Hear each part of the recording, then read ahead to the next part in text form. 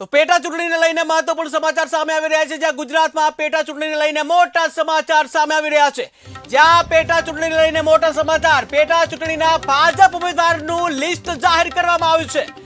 જ્યાં પોરબંદરથી અર્જુન મોઢવાડિયાને ટિકિટ, ત્યારે વાઘોડિયાથી ધર્મેન્દ્રસિંહ વાઘેલાને ટિકિટ મળી છે.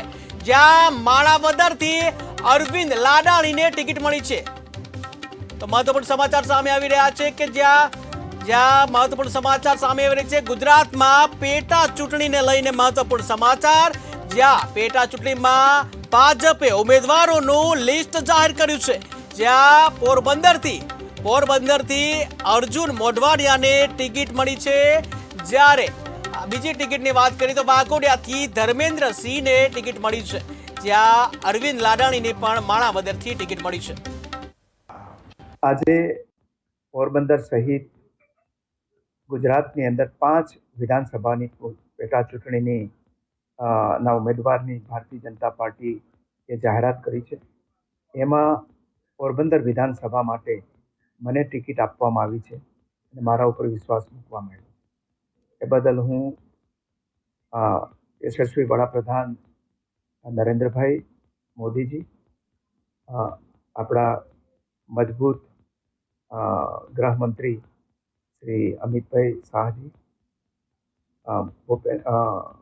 નડ્ડાજી, ગુજરાત પ્રદેશના અધ્યક્ષ સી.આર. પાટીલજી અને ગુજરાતના મુખ્યમંત્રી ભૂપેન્દ્ર પટેલજીનો હું ખૂબ ખૂબ હૃદયથી આભાર માનું છું અને વિશ્વાસ અપાવું છું કે જે રીતે મારામાં વિશ્વાસ મૂક્યો છે એટલો જ પ્રબળ વિશ્વાસ પોરબંદરની જનતા મારા ઉપર મૂકીને મને રેકોર્ડ બ્રેક લીડથી ભારતીય જનતા પાર્ટીના ઉમેદવાર તરીકે અહીંયા વિજયી બનાવશે.